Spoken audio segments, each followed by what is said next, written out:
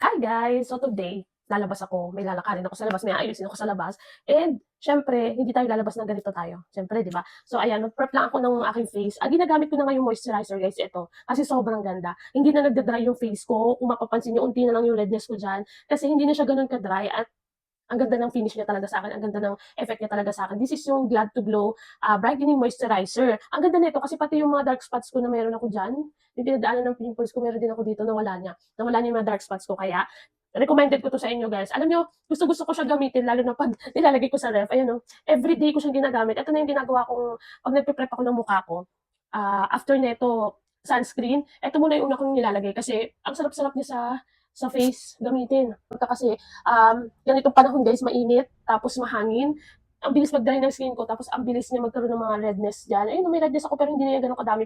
Pero pagka magkatubang na ganyan siya kalapad. Pero hindi na yan ganun kadami kasi nga, araw-araw ako naglalagay ng moisturizer para moisturize yung face ko. So, ang gamit ko ngayon is yung pomegranate niacinamide. May niacinamide na siya.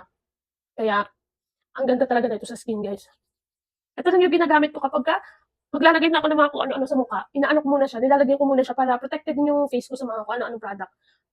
Kasi hinahiyang na siya eh. Ganyan ang ginagawa ko guys. Kung anong product ang nahiyang sa akin, yun na yung ginagamit ko talaga kahit kailan. Hindi ako nagpapalit-palit ng product kasi natatakot ako. Kasi ako eh, ano ko, matagyawatin akong tao. Tapos ayoko yung nangangati yung dito sa ilong. Kaya mapapansin nyo dyan, madalas nagre-red. Tsaka yung dito sa may kilay ko. Kaya takot ako gumamit ng mga kung ano-anong product. Kaya kung anong product na yung nahiyang sa akin, yun lang yung talaga yung ginagamit ko. So naghahanap ka rin ng moisturizer na may brightening, tapos, pang-even na skin tone, no, go ka na dito kay Glad to Glow, guys. Ayan, recommended ko talaga to sa inyo. Gusto niyo mag-purchase, syempre yan dyan, click niyo ang aking yellow basket. Go na, guys. Purchase na!